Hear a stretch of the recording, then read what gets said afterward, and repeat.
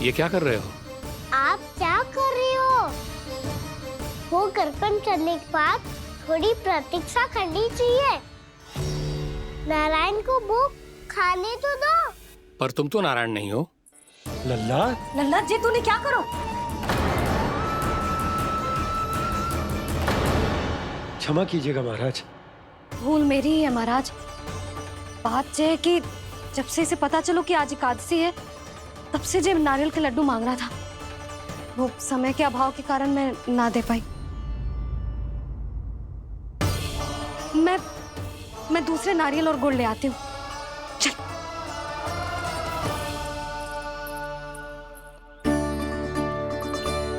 तू इतना भी अपने मन को ना रोक सकता ना लल्ला? कही थी ना महाराज के जाने के बाद बना दूंगी लड्डू। जानकी, शीघ्र दूसरा नारियल कस के ले आ, और गुड़ भी। ठीक है। जब कोई घर में आतो है तो ऐसा व्यवहार अच्छा लगता है क्या?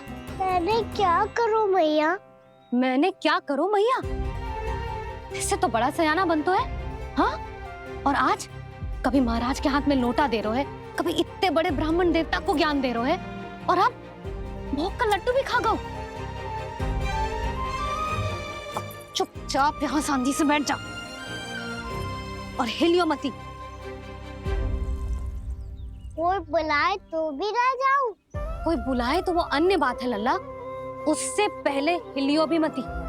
हाँ नहीं तो। भाभी जे लियो। जानकी ध्यान रखियो जे चाहे ना यहाँ से।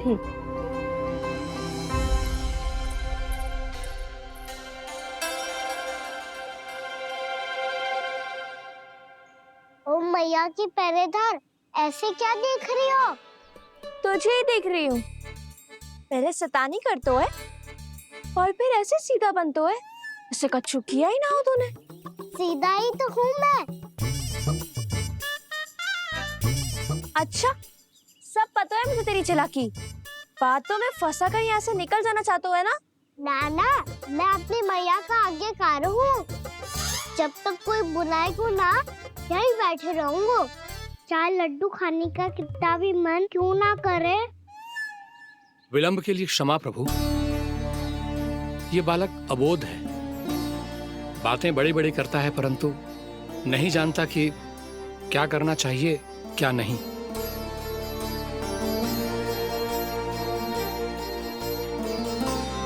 पधारिए प्रभु, भोग ग्रहण कीजिए प्रभु।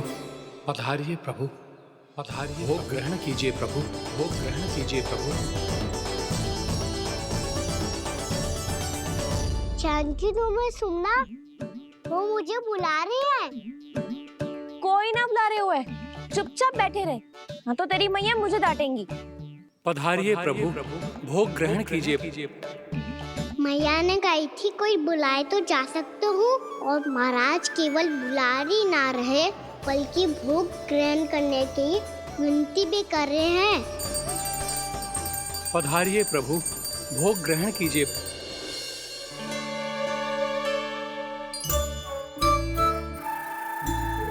वैसे एक बात कहूँ? हाँ? तुम्हारे घर का माखन बहुत स्वादिष्ट था। तो तू स्वीकार कर रहे हुए कि तू मेरे घर चोरी करने आया था? हाँ। जसोदा भाभी, देखो इसने मान लियो कि जो चोरी करने आया था। देखा को? अरे हे नारायण, इसने तो फंसा दिया मुझे।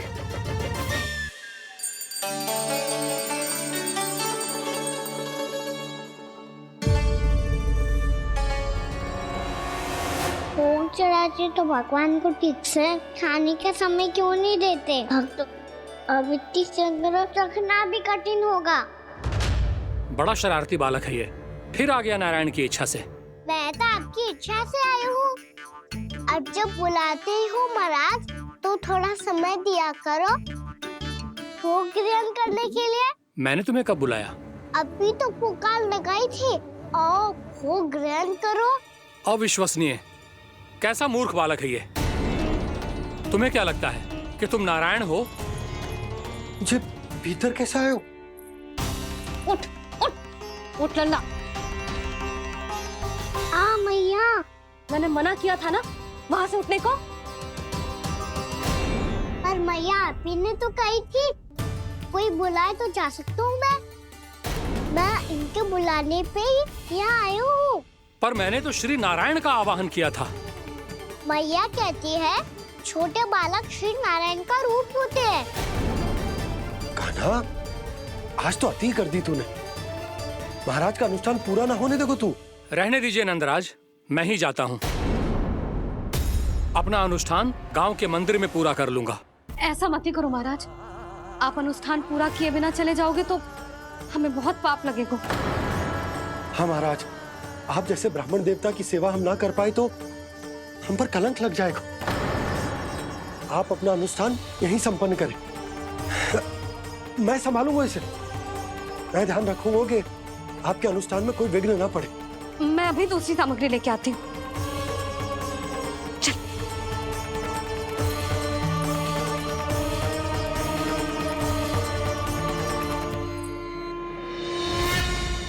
इसे तो मैं रोहिणी जीजी के यहाँ छोड़ के आती हूँ। जानकी से ना संभले गोजे।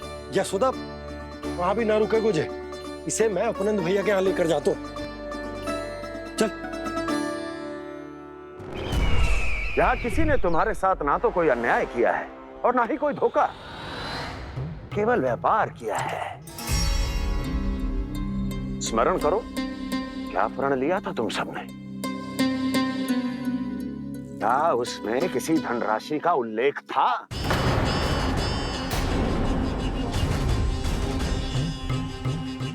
नहीं था। इसलिए अब उस प्रण के अनुसार तुम बिना कोई मूल्य लिए जीवन भर अपना सारा दूध, दही, घी और माखन, अपना सब कुछ मुझे दोगे। महाराज ऐसा अत्याचार।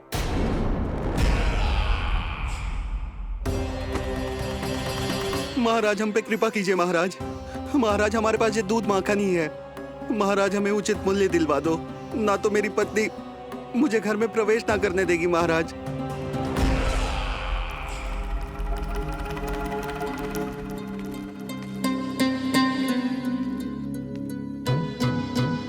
महाराज, हमारे जीवन यापन को केवल एक यही साधन है। महाराज, महाराज तनिक दया करो हम पर।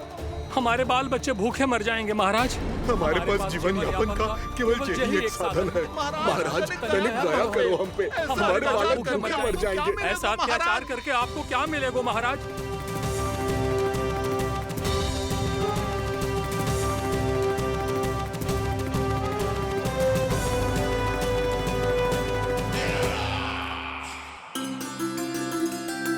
उपनंद भैया। नंद, मैं तुम्हारे पास ही आ रहा था। क्या बात है, कान्हा भी आयो है? आओ अंदर आओ। आओ नंद आओ। क्या बात है नंद, सब ठीक तो है? ना भैया, ये है ना आपका कान्हा, ये अपने बाबा का नाम डुबो के माने को। तू यहीं बैठ, यहां से हिलेगो ना तू। अरे बड़ा नटखट हो गए हो भैया।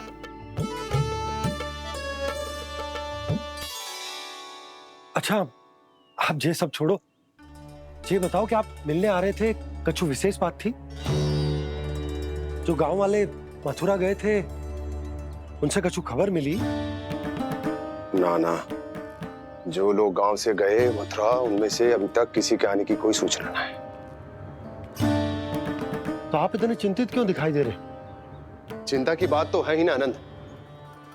सूचना मिली है कि आसपास के गांव में सूखा पड़ गया।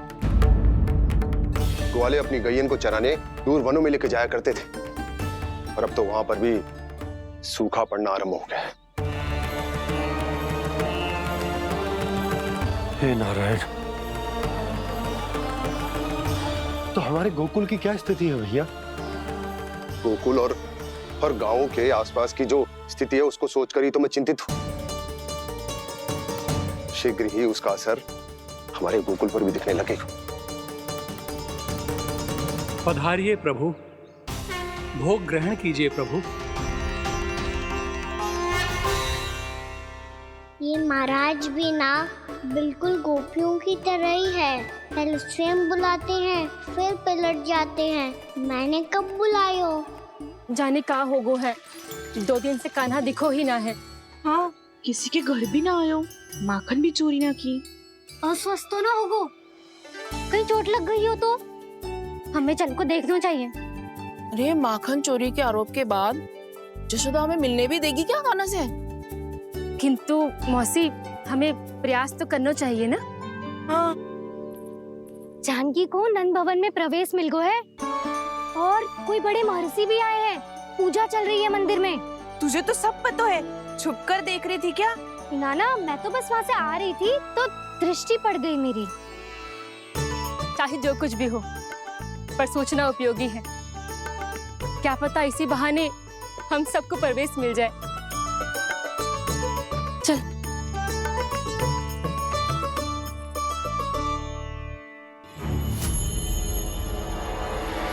कान्हा, जे कहाँ गए हो? अरे जय, अभी तो यही दो। कान्हा, कान्हा,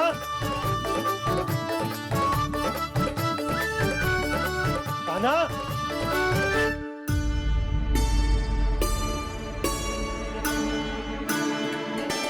क्षमा कीजिएगा नारायण, आज बार बार अनुष्ठान में विघ्न आ रहा है, परंतु आप तो जानते हैं मेरी श्रद्धा और मेरी भक्ति पूरी तरह से सच्ची है, शुद्ध है।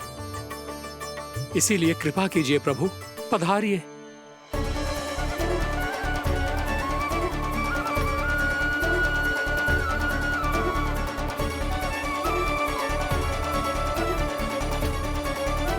और भोग ग्रहण करके इस भक्त को कृतार्थ कीजिए। दर्शन दीजिए प्रभु, ताकि मैं भी मान सकूं। आपसे मिलना उतना ही सरल है जितना उस बालक ने कहा था। आप तो भक्त वत्सल कहलाते हैं प्रभु। इस भक्त की भी विनती सुन लीजिए। दर्शन दीजिए प्रभु, दर्शन दीजिए। इसी विश्वास और समर्पण की ही तो देरी थी महर्षि।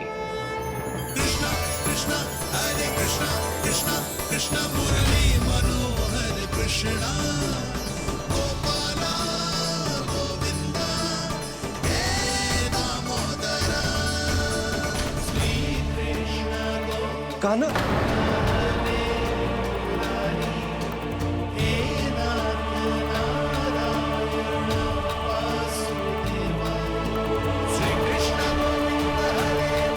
आपके इस परम सत्य को मैं कैसे भूल गया हूं प्रभु।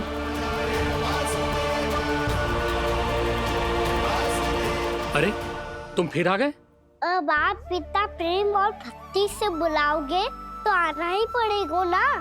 एक ही बात को कितनी बार समझाऊं? मैंने तुम्हें नहीं बुलाया, मैंने अपने प्रभु श्री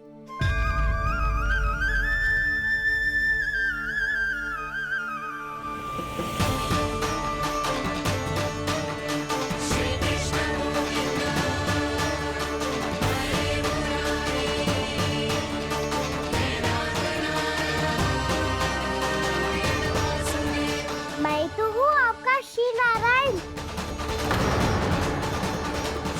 क्या हुआ महाराज, अब भी नहीं पहचाना अपने श्री नारायण को?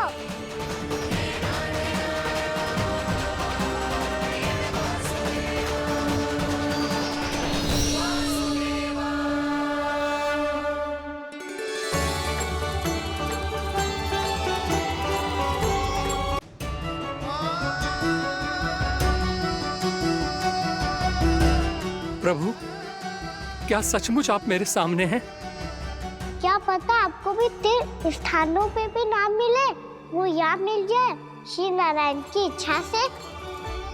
आपने सत्य कहा था प्रभु, आपसे मिलना बहुत सरल है, पर मैं अबोध समझ ही नहीं पाया। आपको अबोध कहता रहा। आप सामने थे और मैं पहचान ही नहीं पाया। मुझे क्षमा कर दीजिए प्रभु, मेरी भूल को क्षमा कीजिए प्रभु। आपकी पूजा करने के लिए आपको बुला रहा था और आप ही को भोग खाने से मना कर रहा था। तो अब तो खिला दो ना महाराज, श्री नारायण की इच्छा से।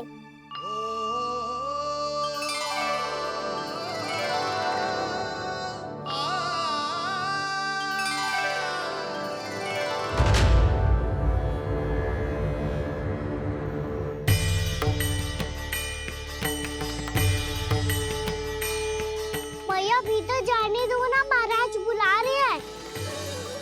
भीतर तो बिल्कुल ना जाने दूंगी मैं, रुक।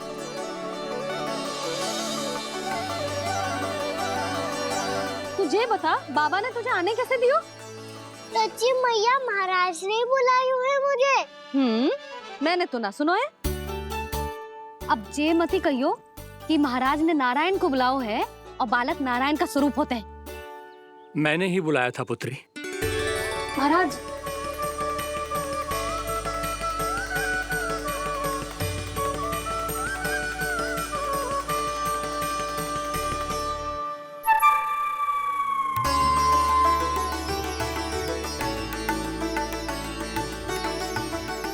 महाराज, अब आप मेरा सत्य जानते हैं, पर कृपया मैया को पता ना चलने दीजिएगा।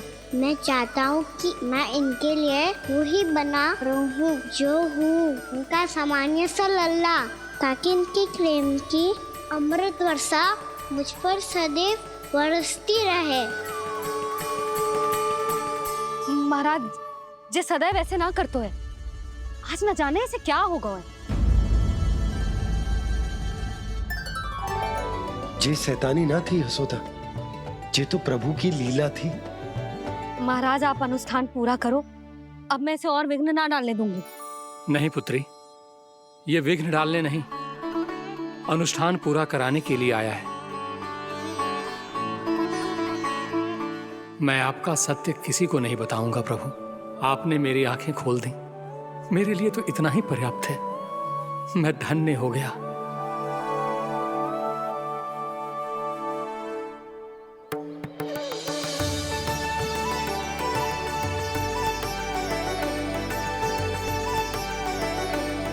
जे आप क्या कर रहे हो महाराज? श्री नारायण का भोग आप लल्ला को क्यों खिला रहे हो?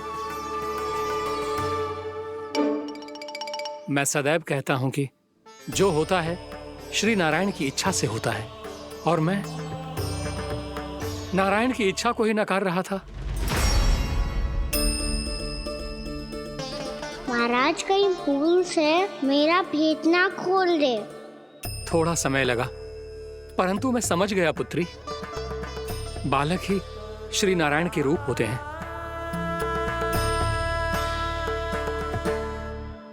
मैया देखा, मैंने कही थी ना।